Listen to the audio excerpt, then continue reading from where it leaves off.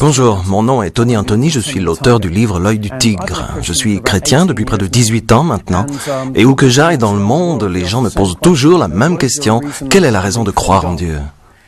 Je pense que chacun de nous, on se pose cette question.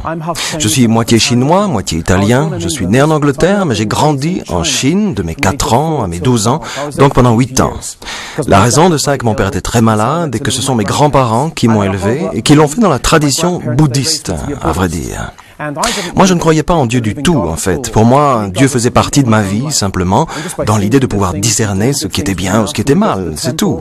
Bien sûr, on allait au temple très régulièrement, mais cette idée de Dieu était suffisante. C'était plus comme une routine, une manière de me contrôler moi-même. En grandissant, mon grand-père a commencé à m'enseigner le kung-fu, mais à un niveau vraiment très élevé. Je participais à des compétitions de haut niveau et je suis finalement devenu champion du monde de kung-fu 3 années de suite. Puis, soudain, ma vie a été complètement bouleversée quand ma fiancée a été tuée dans un accident de voiture. Je pense que cet événement a littéralement renversé le cours de ma vie. J'ai plongé dans une sorte de spirale de violence. Je suis rapidement devenu quelqu'un de vraiment détestable, un personnage horrible. Je me suis rendu compte que ma religion, en tant que bouddhiste, c'était quelque chose de distant de moi. Quand je pratiquais cette religion, c'était comme si je pouvais maîtriser ma vie. Il suffisait de me concentrer, de méditer, de chercher une paix, une harmonie, dans ma tête et dans mon corps. Il me semblait qu'il me suffisait de ce peu-là pour retrouver la maîtrise de moi. Mais rapidement, ma vie était devenue un tel chaos que je n'avais même plus la force de caractère pour arriver à m'asseoir et juste méditer. Je pense que c'est à ce moment-là que j'ai perdu tout intérêt pour la religion, quelle qu'elle soit, ni pour Dieu, ni pour rien d'autre. La simple idée de Dieu était morte pour moi. Dans la foulée de tout ça, je me suis retrouvé en prison, à Chypre. C'était un endroit épouvantable. Les gens étaient sans arrêt maltraités, battus, agressés, même assassinés régulièrement. C'est dans cette prison qu'un missionnaire chrétien m'a envoyé une lettre. J'ai lu cette lettre et je me suis dit, mais ce type est complètement cinglé. Pourquoi m'écrire à moi? Il avait vu une photo de moi dans le journal et il a pensé que ce serait une bonne idée de m'écrire, de me dire « Salut ». Non, je me suis dit, mais c'est stupide. Pourquoi ce type fait ça? Il me disait qu'il était missionnaire chrétien. Et moi, je me disais, mais pourquoi un missionnaire chrétien m'écrit à moi? Je ne suis pas en train de mourir de faim. J'ai pas besoin qu'on m'aide. Je ne veux pas du tout qu'on s'occupe de moi, même là, en prison. Mais voilà, ce type a commencé à me rendre visite. Il voulait que nous devenions amis. En fait, il me parlait des raisons de croire en Dieu. Il me parlait sans cesse de la Bible. Il me disait que le mot Bible signifiait instruction de base avant de quitter la terre. Et je trouvais que ce n'était pas bête, comme si c'était une lettre d'amour de Dieu aux hommes. La chose importante en tout cas, c'est qu'il parlait de Dieu à travers la Bible comme parole écrite de Dieu. Il me parlait de toute la création, de l'idée aussi que cette création n'est pas un accident. Une bombe qui explose tout à coup dans un supermarché, qui ne laisse que des débris partout, ça c'est un accident. Mais cette terre, et nous qui y vivons, ça ce n'est pas un accident. Nous avons été voulus. Et puis il m'a parlé de conscience. Il m'a dit, tu vois Tony, chacun connaît bien la différence entre ce qui est bien et ce qui est mal. Si on fait quelque chose de mal, on est tout à fait conscient.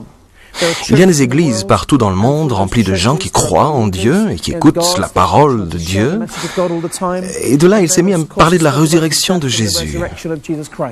Il me parlait de Jésus comme quelqu'un de réel.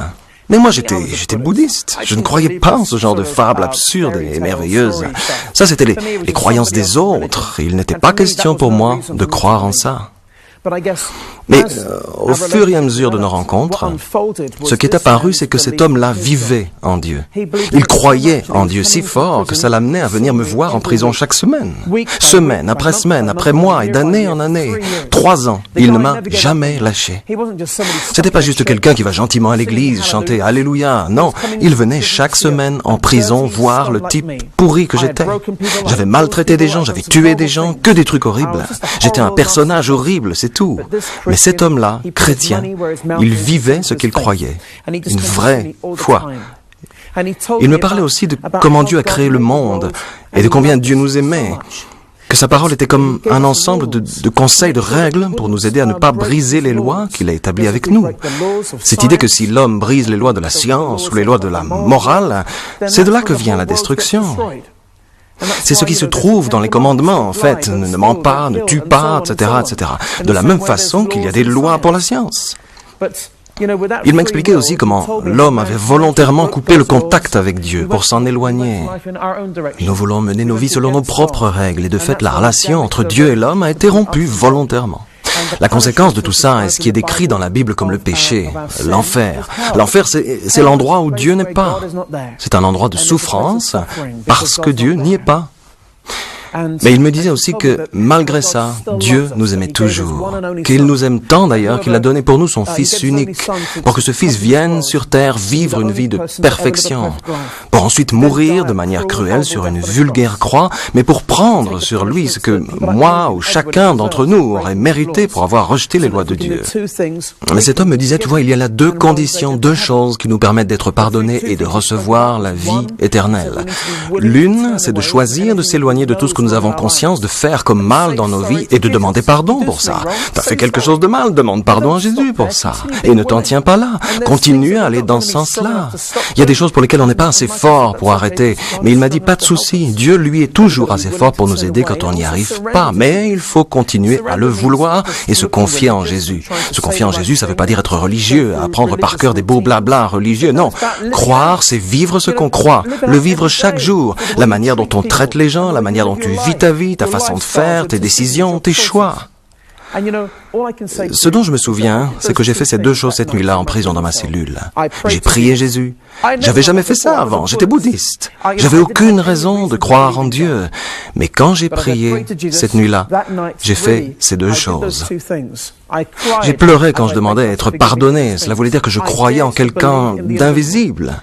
Eh bien, une des raisons principales qui me font croire en Dieu aujourd'hui, c'est ma propre expérience, cette expérience personnelle. Je ne voulais pas changer, moi. Mais je suppose que j'ai pu comprendre cette idée que j'avais rompu les lois de Dieu. En fait, au même moment, j'avais rompu les lois de ce monde. Et c'est ce qui m'a très vite conduit en prison. De la même façon, sans la relation à Dieu, j'étais condamné à mourir en enfer sans lui. C'est là que j'ai décidé de lui demander pardon. Cette nuit-là, ma vie a changé. Quand je me suis réveillé le lendemain, je me sentais comme un homme libre, enfermé derrière des barreaux, mais libre. Imaginez ce que c'est d'être en prison pour 3 ans et puis soudain, dans les 3 heures qui suivent, on vous dit que vous allez pouvoir sortir. Dans ce laps de temps, vous vous sentez tout à coup libre. Vous allez être libre. Vous allez commencer à penser à ce que vous allez voir, là où vous allez manger ou aller au spectacle. Vous allez recommencer à planifier votre vie. C'est très excitant. Eh bien, je me sentais comme ça, mais j'avais encore 2 ans et demi à passer en prison. Mais je me sentais libre, quand même tellement libre, qu'en fait je savais que je méritais de passer toute ma vie en prison. Mais Dieu a changé ma vie et m'a rendu libre en prison. Et j'ai réalisé qu'il ne fallait pas être derrière des barreaux pour se sentir prisonnier. La prison, pour certains, ça peut être la religion. Être religieux ne veut pas forcément dire être en relation avec Dieu. La prison, pour certains, ça peut être les addictions, la drogue, l'alcool, le sexe, excès de nourriture. La prison, ça peut être l'amertume ou la colère. C'est là, dans cette prison, que j'ai vraiment compris combien Dieu est réel. Ça s'est inscrit en moi. Une autre raison pour laquelle je crois profondément en Dieu, c'est que bien sûr c'est une chose merveilleuse d'avoir prié cette nuit-là et de m'être senti soudain si bien et si libre. Mais un jour, j'ai mis ma foi à l'épreuve. Un de mes amis en prison, un homme originaire du Sri Lanka, s'est fait agresser très violemment. On l'a frappé, blessé, dépouillé, et j'ai voulu tuer le gars qui lui avait fait ça. J'étais tellement en colère, j'étais un tout jeune chrétien à ce moment-là. Oui, je croyais en Dieu, mais j'étais quand même toujours Tony. Je vous dis, je voulais tuer ce gars. Il se faisait appeler Al Capone. Un jour, il m'a pris par surprise. Il m'a collé au mur de ma cellule. Il a posé une lame de rasoir sur ma gorge. Moi, je lui tenais la tête. Je lui enfonçais mes pouces dans les yeux. C'est ça que je voulais. Lui arracher les yeux. Situation absurde. Il voulait m'égorger. Moi, je voulais lui arracher les yeux. Je voulais l'anéantir. Mais soudain, je me suis souvenu d'une parole de Jésus que j'avais lue ce matin-là dans ma Bible. Il dit, « Si tu vis par l'épée, tu mourras par l'épée. » Oui, même quand Pierre, l'ami de Jésus, tente de le défendre quand on vient l'arrêter, là où Pierre sort une épée et tranche l'oreille d'un soldat, Jésus l'arrête, guérit l'oreille de cet homme et se laisse emmener par ceux qui vont le crucifier. J'ai senti donc qu'il ne fallait pas agresser ce gars en prison. J'en ai pris la décision cet instant-là. ne jamais l'agresser, ne plus jamais lui faire de mal. Et j'ai vraiment lâché, j'ai vraiment abandonné ma vie dans les mains de Dieu. Je suppose que c'est ça qu'on appelle la foi. J'ai laissé faire Dieu. Je me disais, même si je dois mourir là tout de suite, c'est ok. La seule chose que j'ai faite alors, c'est de dire à cet homme, dans le nom de Jésus, je te demande de me laisser partir. Je ne savais pas ce qui allait se passer. Je me suis dit, il va m'égorger, mais il n'a rien fait. Il s'est encouru. Il s'est encouru loin comme un fou. Je me disais, mais pourquoi il est parti? Qu'est-ce qui s'est passé? J'ai réalisé que j'avais invoqué le nom de Jésus.